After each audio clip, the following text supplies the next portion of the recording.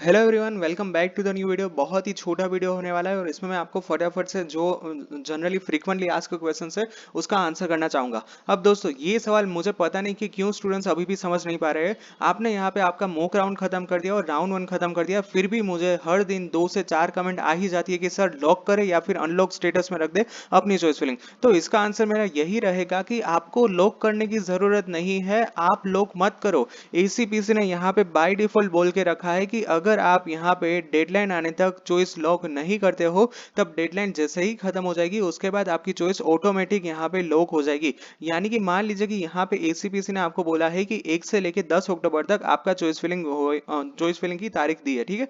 अब यहाँ पे मान लीजिए कि 10 अक्टूबर को यहाँ पे स्टूडेंट्स है, उसने यहाँ पे चॉइस फिलिंग खत्म कर दी है, सेव कर दिया है, बट उसने यहाँ पे लॉक नहीं किया है। बट यहाँ पे वो अब 11 अक्टूबर को ये चॉइस अपने आप ही अनलॉक हो जाएगी। एसीपीसी ने बोल के रखा है कि अगर स्टूडेंट्स अपनी चॉइस लॉक नहीं करते हैं तो डेडलाइन जैसे ही बीत जाएगी उसके बाद यहाँ पे चॉइस ऑटोमेटिकली लॉक हो जाएगी। तो इसीलिए आपको लॉक करने की जरूरत नहीं है। यानी कि यहाँ पे है 10 अक्टूबर और यहाँ पे 11 अक्टूबर जैसे ही आएगी 11 ऑफ अक्टूबर, आप अपने आप ही यहाँ पे चॉइस लॉक मतलब चॉइस लॉक हो जाएगी, आप अनलॉक नहीं कर पाओगे। तो एट द एंड मेरा आंसर यही रहेगा कि no need to lock your choice. अगर क्या होगा कि मान लीजिए कि आज हो रही है 24 सितंबर, आपने यहाँ पे सुबह 10 बजे मन बना लिया कि मेरी यहाँ पे चॉइस में लॉक कर देता हूँ, ठीक है। बट यहाँ पे उसके बाद आपका यहाँ पे फ्रेंड का कॉल आया, आपके रिलेटिव्स का कॉल आया और आप इतने कंफ्यूज हो गए कि आपको यहाँ पे 25 को फिर से चॉइस में रीसफलिंग करने का मन हुआ। तो फिर अगर आपने चॉइस यहाँ पे लॉक कर दी है तो आप किसी भी हाल में यहाँ पे आपकी रीसफलिंग नहीं कर पाओगे। तो इसीलिए यहाँ पे मेरी एडवाइस यही रहेगी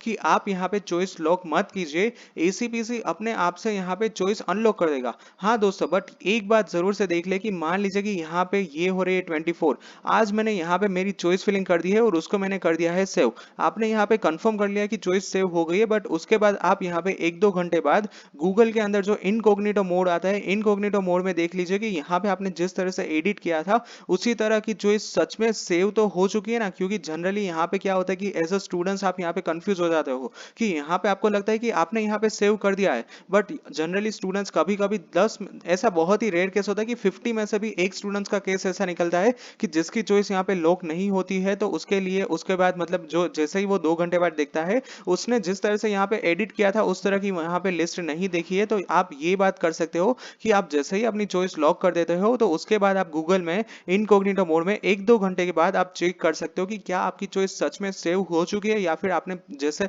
पहले था विदाउट एनी एडिटिंग उसी तरह के स्टेट में है। तो आप एक कंफर्मेशन ये जरूर से ले लेना ताकि आपके बाद दिमाग में कोई ऐसा डाउट ही ना हो, शक ही ना हो कि मैंने यहाँ पे चॉइस लॉक की थी या फिर नहीं की थी। तो इसीलिए ये मेरी एडवाइस काफी यूजफुल रहेगी कि आप एक बार जैसे ही आप अपनी चॉइस फिलिंग में सीक्वेंस बदलते हो, मॉडिफाई करते हो, कुछ भी ऑपरेशन परफॉर्म करते हो, उसके सेव करने के 2-3 घंटे बाद आप इनकॉग्निटो मोड से आप देख सकते हो कि क्या आपकी जो प्रोग्रेस है वो सेव हो चुकी है कि नहीं। अब यहाँ पे इनकॉग्निटो मोड का आई होप कि आपको मतलब पता है, क्योंकि यहाँ पे किसी को भी इनकॉग्निटो मोड का मतलब बताने की जरूरत नहीं होती है। But it is a Google Chrome feature की जहाँ पे आपकी हिस्ट्री सेव नहीं होती। अब यहाँ पे मैं ऐसा क्यों बोल रहा हूँ, ताकि यहाँ पे इनकॉग्निटो मोड में सब कुछ प्रोसेस है वो फिर से रीस्टार्ट होता है, ठीक है। जनरली आपके लोकल सिस्टम में क्या होता है कि ज्यादातर डेटा सेव रहता है, तो इसीलिए मैं यहाँ पे आपको इनकॉग्निटो मोड प्रीफर करूंगा। ऑलराइट दोस्तों, so that's it for today's video. I hope कि मैंने जो यहाँ पे आपको समझाया वो आप समझ में आ चुका होगा। अगर अभी भी कुछ डाउट है so feel free to ask me in the comment section. Thank you, bye bye.